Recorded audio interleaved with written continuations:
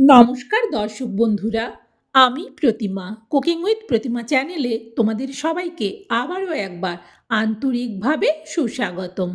আশা করি বন্ধুরা তোমরা সবাই খুব ভালো আছো, সুস্থ আছো। আমিও তোমাদের মতো ভালো বন্ধু পেয়ে খুব ভালো আছি।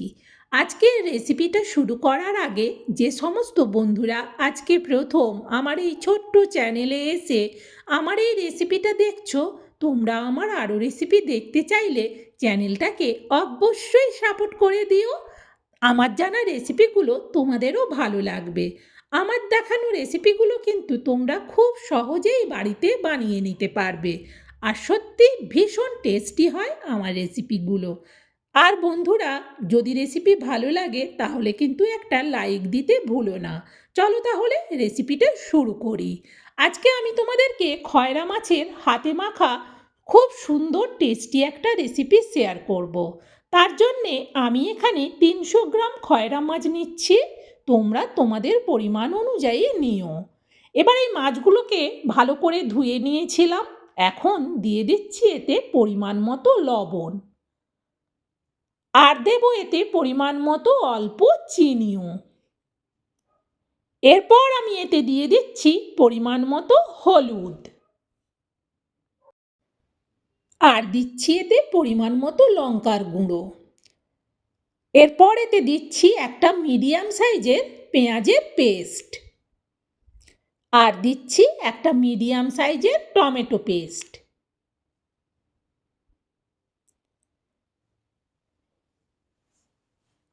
আর দিচ্ছি এতে তিল বাটা 1 চামচ, আর দিচ্ছি চিনেবাদাম বাটা 1 চামচ, আর দিচ্ছি এতে চারমগজ বাটা 1 চামচ।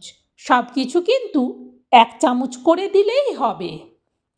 এবার ভালো করে হাত দিয়ে মাছের মধ্যে সব মশলাটাকে মাখাতে হবে।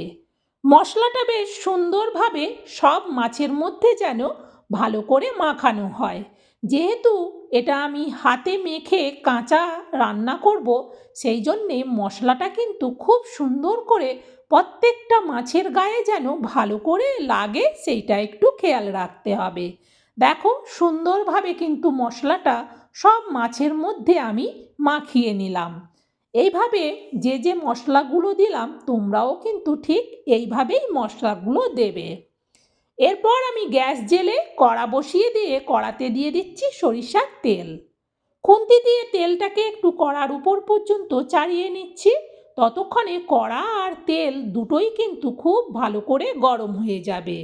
খুব ভালো করে গরম হয়ে যাবার পর এতে প্রথমে একটা একটা করে মাছ দিচ্ছি। একসাথে দিয়ে দিলে অনেক সময় তেলটা ছিটায়, সেই জন্যে অল্প অল্প করে একটা একটা মাছ দিলাম। সব মাছগুলো যাতে কড়ার গায়ে লাগে সেই জন্যে এদিক ওদিক করে ঘুরিয়ে সব মাছগুলোকে এইভাবে দিয়ে দিলাম। এরপর পুরো মশলাটাও আমি পরিষ্কার করে এই মাছের উপরে দিয়ে দেবো। আর এতে খুব বেশি জল দেব না, শুধু এই যে মশলাগুলো করেছিলাম সেই শিল ধোয়া আর এই প্লেটটা ধুয়ে অল্প একটুখানি জল দিয়ে দিলাম। এইভাবে জল দেওয়ার পর একটু খুন্তি দিয়ে ভালো করে তলাটার মধ্যে নাড়িয়ে দিলাম। নাড়িয়ে দেওয়ার পর এটাকে ঢেকে দেবো। ঢেকে দিয়ে গ্যাসের ফ্লেমটাকে কিন্তু বাড়িয়ে দেবো, তাহলে তাড়াতাড়ি ফুটে যাবে। ফুটে ওঠার আওয়াজ হতেই আমি কড়ার থেকে ঢাকনাটা সরাচ্ছি। দেখো তরকারিটা ফুটছে। খুন্তি দিয়ে একবার ভালো করে মাছগুলোকে নেড়ে দিলাম। এখনই কি ভীষণ সুন্দর সেন্ট হচ্ছে।